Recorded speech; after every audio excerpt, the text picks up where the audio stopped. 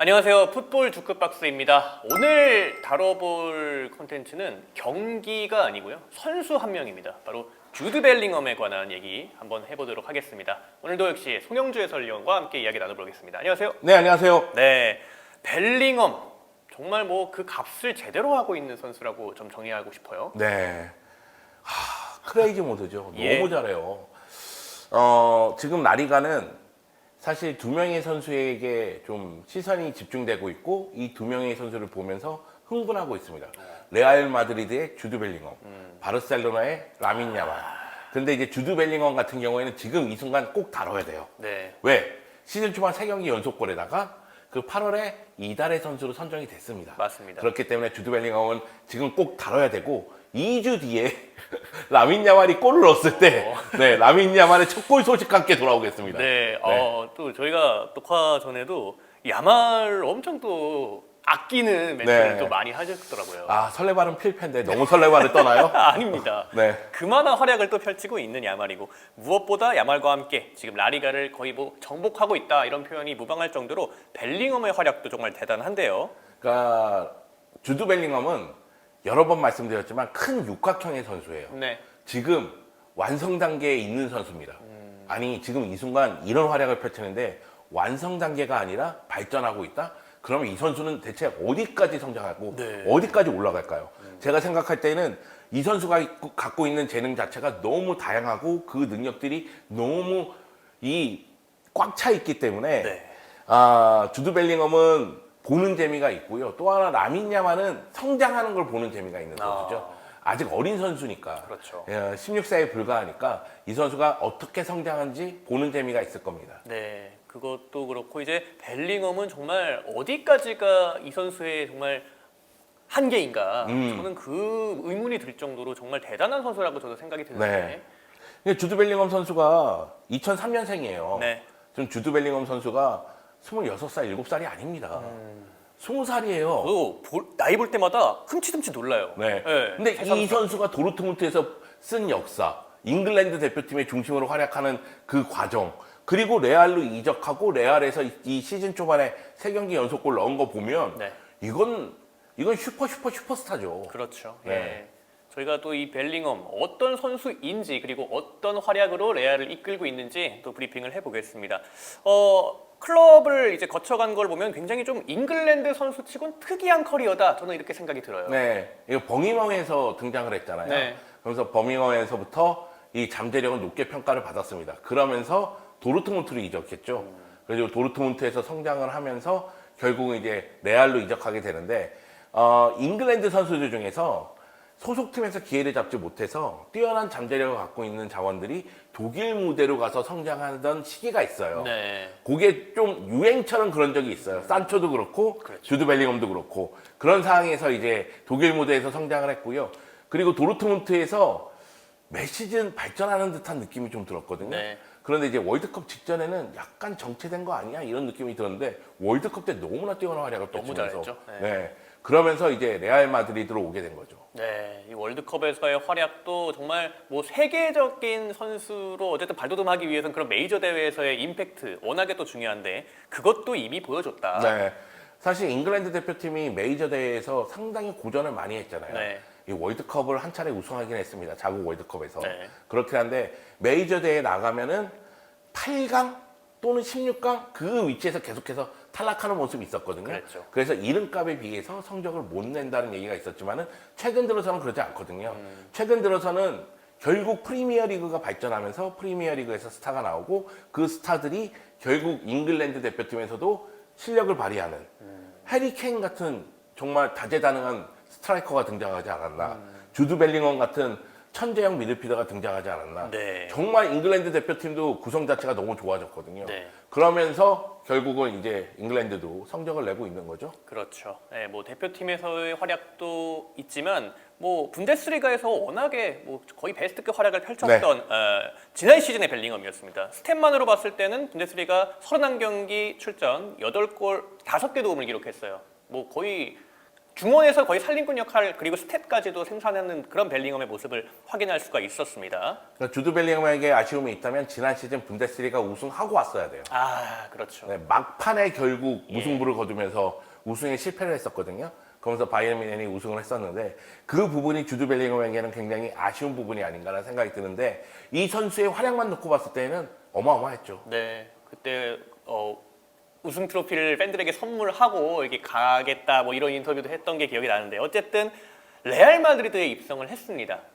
뭐 천문학적인 금액으로 어쨌든 입성을 했고 그리고 이 레알에서도 엄청난 기대를 걸고 있는 상황에서도 이 선수가 초반부터 이렇게 활약을 해주게 된다면 레알 팬들 입장에서는 정말 행복할 수밖에 없죠. 네, 레알 마드리드 하면은 여러분이 기억하시는 게 갈락티코 정책이에요. 사실 선수 개개인의 몸값이 이 정도로 올라오는데 크게 기여한 사람은 레알 마드리드의 플로렌티노 페레스 회장이에요. 네. 그러니까 가장 비싼 선수가 가장 싼 선수다. 왜? 비싸게 영입하면 팬들의 관심은 높아지고 팬들은 경기장에 오게 되고 그러면 유니폼을 사고 그러면서 마케팅 효과를 볼 수가 있다. 예. 근데 그 얘기가 틀린 건 아닙니다. 그런데 최근 들어서 레알 마드리드가 아자르 사건이 있었잖아요. 아, 그렇죠. 그래서 한 선수에게 1억 유로 이상 쓰는 건 레알 마드리드 입장에서도 부담스럽거든요. 근데 주드 벨링엄에게 1억 300만 유로를 썼죠. 네. 옵션 포함하면 더 올라갑니다. 근데 이렇게 쓸 수 있었던 건 주드 벨링엄이 성공한다는 자신감이 있었기 때문이에요. 네. 그렇기 때문에 오자마자 지단의 넘버 5를 딱 선사를 한 거고 그리고 상황이 여러 가지가 있지만 두 가지 상황으로 봐야 될 것 같아요. 안첼로티 감독이 올 시즌 이끈 데 있어서 가장 큰 문제는 벤제마가 사우디로 갔다. 그리고 주드 벨링엄을 영입했다. 네.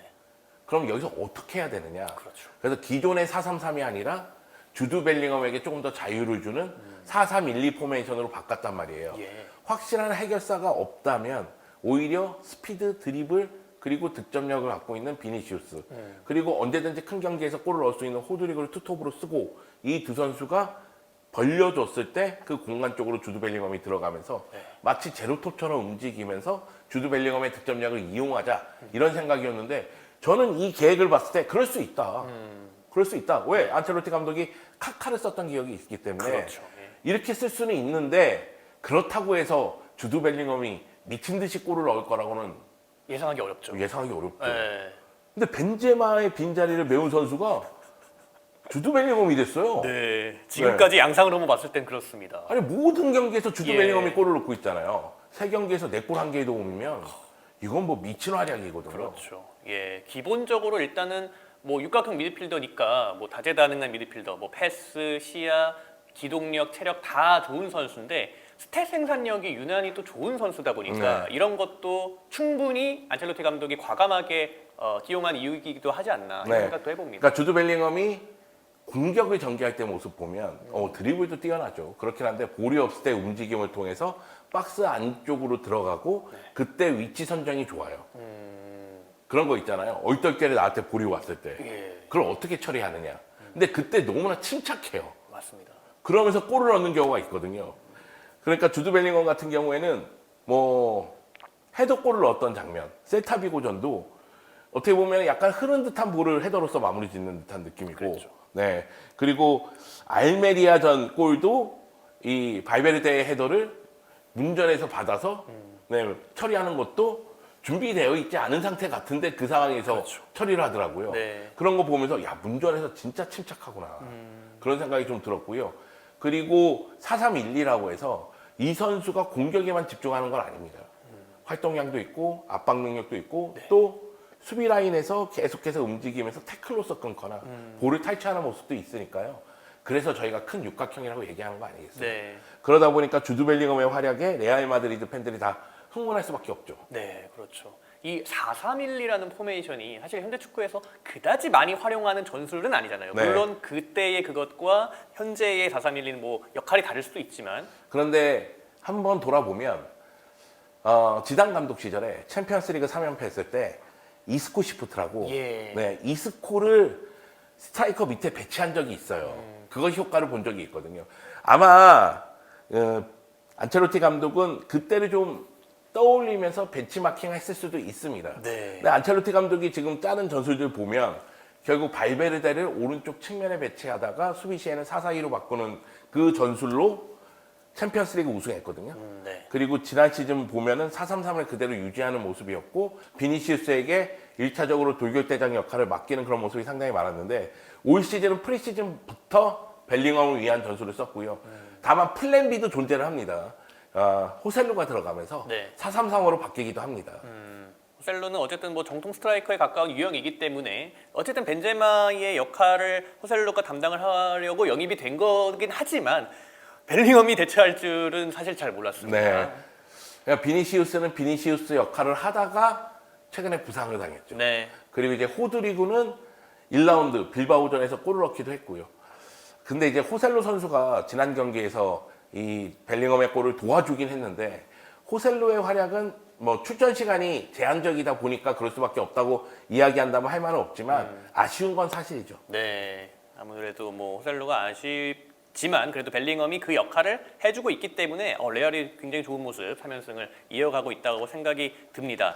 레알 마드리드가 지금 이 순간 불안한 점은 부상 선수가 많아요. 예.